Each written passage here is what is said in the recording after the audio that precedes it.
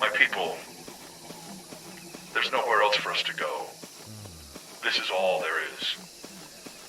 We must be ready for the end.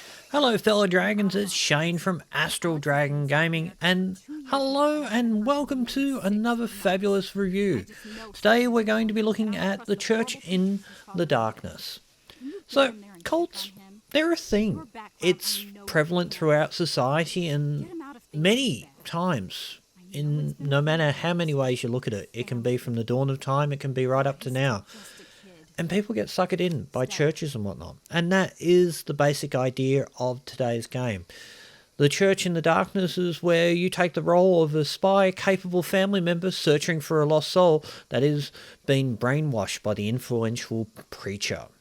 The game was developed by Paranoid Productions and published by Fellow Traveller. It's released on August 2nd for Steam, Xbox and PS4. So straight off, the game is not much of a lookup. It's very low polygon, it's very simplistic design, and the interesting thing about this game is that the first thing that strikes me as when I was playing this game, it kind of reminds me of a cut-down version of Hitman in some respects. Like, the storyline's great and everything, but walking along and you have the option of either killing a person or suffocating them, or shooting them in the back and whatnot, and you have to avoid detection and stuff. It gave me many sort of Hitman sort of vibes, but at the same time, it didn't have the same impact. I think that's the one thing this game upsets me more about, is the physics and the animation and everything, where when you shoot someone or you knock someone out or put them unconscious or snap their neck or whatever way you manage to kill them, there's not a lot of physics and there's not a lot of punch to what it is. Like, this is 2019 and it's all fair enough to say, okay, this is a game, we're going to be doing this, we're going to infiltrate, you're going to try and avoid and everything. And look, I have no problem with someone coming up with a new sort of Hitman game or a new sort of spin on the whole title. Infiltration, spy games, love them all. But this one, it kind of irks me in some respects, because you knock a person out and they kind of collapse and everything. The animation for that is quite good. But then you pick them up and they're like a ragdoll. It's like you're suddenly picked up a cardboard box and you're carting it around. You shove it into a thing. And if you shove it into a cage, the animation for them as they collapse down into the cage, it looks really good. But the other end of the scale, it's kind of bland. When you shoot off a gun, it's okay, but at the same time, it's not great. The animation for the various movements of the characters when they're on loops around the various buildings, the NPC guards, the various players, and you and everything, it's not bad, but at the same time, it's kind of lacking a sense of realism here. And I know this is just a game and it's pretty simple and this is their first time out, but at the same time, there is a level of standard that it just doesn't gel as well as I'd like. I like the idea. I love the concept of the game. And I've been following it for many years now, for quite a while now. And it's just, this product and the resultant is sort of sad. Because especially when you compare it to the voice is really great in this. I love the storyline. I love the emotion of the people that are portrayed in it. But when you come to the actual gameplay and whatnot, it's kind of blah. And it just doesn't have the punch and the interesting sort of structure that it could have been. And I'm kind of sad by that. So we'll have a little listen to the voice and whatnot, and we'll have a talk about that. When Kennedy evoked that passage from Matthew, he spoke of how the world was watching America, the shining city. He then launched his army into a series of war crimes in Vietnam. Such naked hypocrisy and evil in God's name made me realize I could no longer conscience living in the United States. Our own shining city, this freedom town, will never betray the word of the Lord.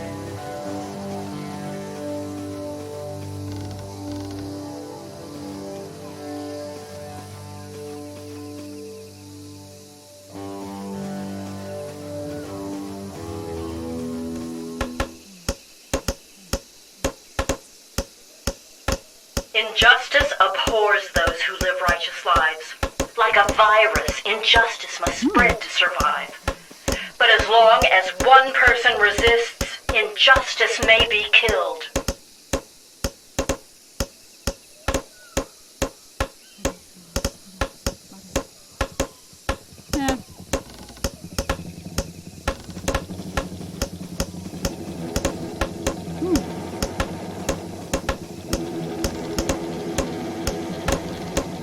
You know how much you all mean to us. But we are coming.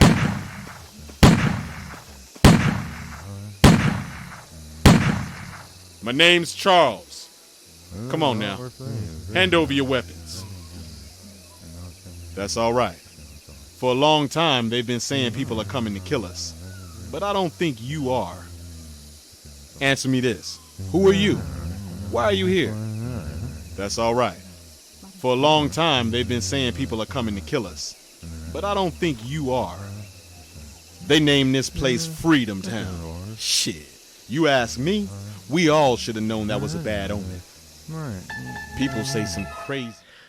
Sound-wise, this game has a lot of hits and misses. As I mentioned when I was talking about how the look of the game, let's go very quickly and talk about the voice. The voice acting is excellent, and that is the only way you can describe this.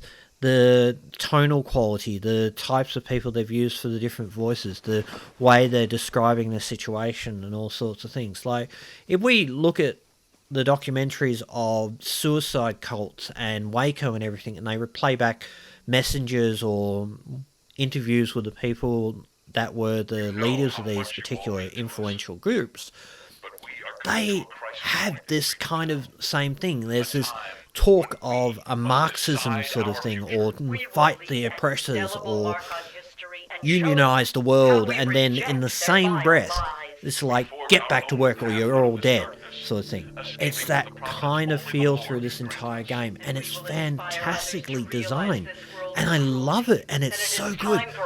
But it's hampered when you match this with the graphics going there. Honestly, if they'd done it in 2D, the whole thing could have been a wash, and it would have been a real good classic game. But because they've gone for 3D with a low polygon sort of design, the voice doesn't mesh up in the same way or same shape. It's kind of ludicrous and kind of maddening at the same time. I love it, but at the same time, I'm kind of cringeworthy of it. And I'm not sure if I'm just being too critical. You can comment down below and tell me if I'm right or wrong on that one. And by the way, while you're down there, make sure you subscribe, hit the bell icon, and everything else that YouTube says that we must do in order to just get paid or get subscribed or all the other damn crap. Damn you, YouTube. Shoot you all to hell. Anyway, that's my rant for the day. Sorry about that one. Moving on. So, music is kind of interesting in this. It's kind of a Sith kind of electric guitar sort of wailing, Like many, Alex had a hard time. horrid sort of thing. But And in the last year, it's good, he's but at the become a same hard time, it's not there very often, and sometimes you're left in with huge wide areas where it's all quiet. And look, that's not so bad when you get the PA system with both Isaac and Rebecca just hammering out all their brainwashing material left, right, and center about God this, God that, God said, and America is terrible, and everything else is wrong, and all these other things. It's really good, but it just gets hammered away by these tiny little flaws here and there, and unfortunately the music just doesn't support this in the way it really should. There can be background music that supports things, and then there can be just background music for the sake of empty space needing to be filled at some point, and that's what the music here does. It's not horrendous, it's not overly bad, but at the same time it just doesn't give the body that it really needs to give, which is where I'm really saddened. The sound effects are okay. They do the job. The gun sounds like a gun. The shotgun, it's got a nice big beefy bark to it. the people going, oh, and other things when they need to come and look at you. When you throw a rock, there's a good sound of the rocks and other things. Hammering as you're going near people where they're building their own houses and places. Look, there's lots of good stuff here. But at the end of the day, it's just mediocre. And that's probably what is most saddest thing about this. There's no polish to it. There's no, like, the time's been taken for the voice and the story and everything, but everything else just doesn't support the main influence of this. When I was first reading about this game and first saw the trailers and everything, the one thing that really made me sort of sit up and talk was the concept of this particular game, where we're talking about what's it like to walk into a cult as a complete stranger trying to save someone. Sounds like a fantastic idea, and in many respects this has done it, and it's done well in some respects, but it doesn't do the whole thing, and that's where it kind of falls apart. Now, a really good, interesting thing with the voice and everything is that they've used various cutscenes of the voice where if you kill someone and the body's found, then all of a sudden Isaac and Rebecca start going off about, oh, they've killed our people, they're coming for us, they're going to kill us all. And it's really good, and you really get engrossed. Or even when they find someone that you've knocked out and they're gone, oh no, we've been infiltrated, look for everyone. And it gets you engrossed in the story. But again, simple flaws just make this entire game fall apart. Now, as for gameplay, it's a fairly simple, straightforward game. Infiltrate the base, try to avoid all notices, try and get a disguise, all the good stuff, and just go off and follow the mission to whatever leads to it. You can get your nephew out, and that's one option. You can try and help some of the people in the actual village to help them overthrow Isaac and Rebecca. You can actually frame Isaac and Rebecca, which is another option, or you can actually even join the entire thing as well. So there is a lot of options to playing this or not, and it's really good.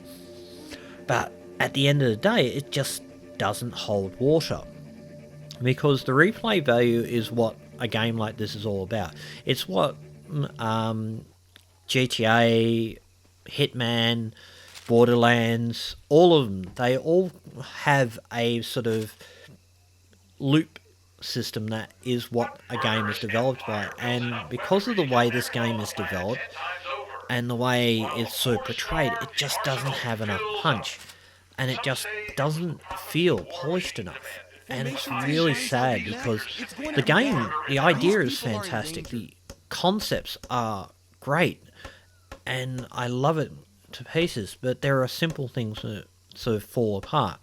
We'll go for the controls first. Now, with the controls on PC and Mac and whatnot, you have the option of using keyboard and mouse and controller.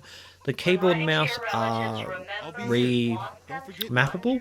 The controller is not. Controller is set, and it's coming out.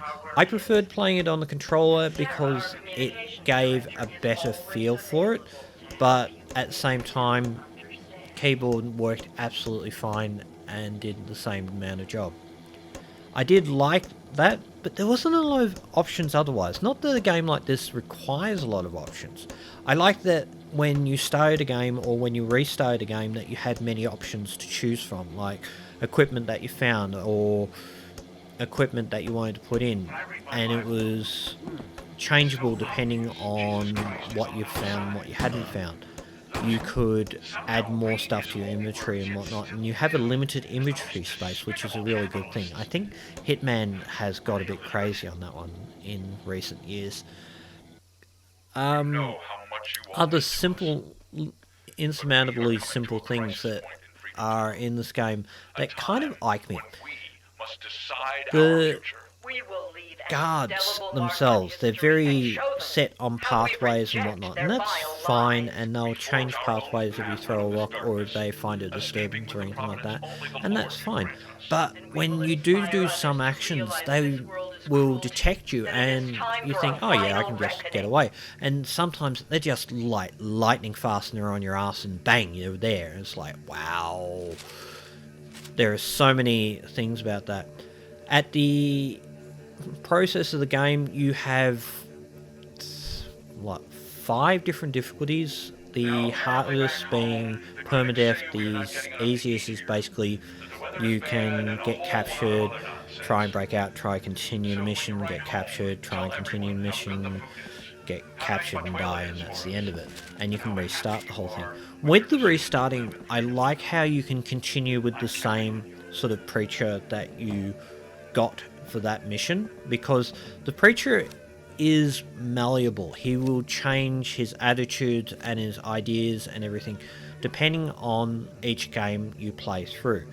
So each fresh game will have a different element to it, and it will have more items open to you. So it has a kind of rogue-esque ideas through it. But let's go down the list of things. Like, it's kind of a roguelike, it's kind of a Hitman design game, it's a spy game, it's a information gathering game, it's an action game. It has a lot of interesting elements. It has a lot of replay element gameplay here as well. And there are so many things with it. But at the end of the day, it just doesn't have enough to make it a continuous game. You could probably finish this game in, I don't know, probably about an hour and a half, maybe 2 hours, depending on your playthrough. And you might be intrigued to come back and look for more lore or trying to do more parts of the game. And you could probably finish it, and it's not so bad. But at the same time, it just doesn't have enough in it to really work on. You can do a pacifist run, you can do a genocide run, or you can do just go kill the leaders or kill key people or get your nephew out or something like that. But at the same time, the game just doesn't have enough to be really good. It's good, but it's not lifted up. The voice acting makes this game for its own. Like, it's like buying Bastion. If you don't like action games, that's fine. You buy Bastion just for the guy that's doing the voiceover the whole time. This game is kind of a buy mainly for the two characters, Rebecca and Isaac, who sound so convincing as God pounding, sort of, Bible-beating people that have brainwashed all these people, and they need to believe, and we need to support our rights and all things like that. Like, this is based in the 1970s, and it has that entire sort of working for yourself and making your own life and everything like that. But at the same time, it just doesn't have enough to continually give the game great sort of levels, and I'm sad by that. I'm hoping that they will add more sort of DLCs over time and maybe get some more stuff with it. I think a better sort of upgrade of the graphics and the actual actions of the character that you're playing would be a great improvement in this game. It's not that expensive game, so it's nice and cheap, so my recommendation is just come along and have a play of it. It's not that expensive, it's good for a few hours of play, and you'll find something really interesting in this game at one point or another. It's just that this game is not a great game. I wish it was, and I wish it could be better. But yeah, you get what you get, and developing games is not easy. Kudos for them for bringing it all the way to finish and making something that is somewhat better than some of the junk that's out there that people think is worth money. This is worth money, and it will have a good niche market for a lot of people, but not for everyone. And for a lot of people, it may be just to play the game once and maybe pick it up when it's on sale too. Because it's one of those games where you'll play it and you might play it again later down the track when you're enjoying it. Anyway, thank you very much for watching. I hope you enjoyed the video. Please hit the like if you liked it. Then I know what I'm doing is right or wrong. Other than that, I hope you're having a fabulous day, and I will see you on the next video. By the way, link down in the description for this game to Steam. Other than that, catch you on the next video. Bye for now.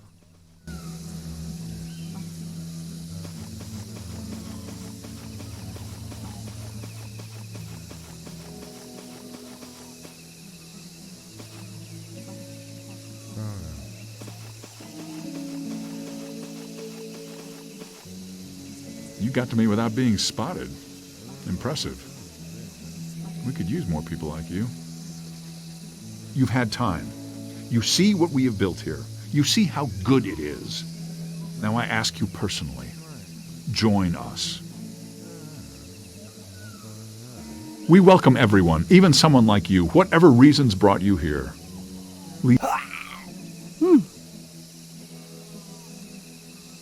Hmm.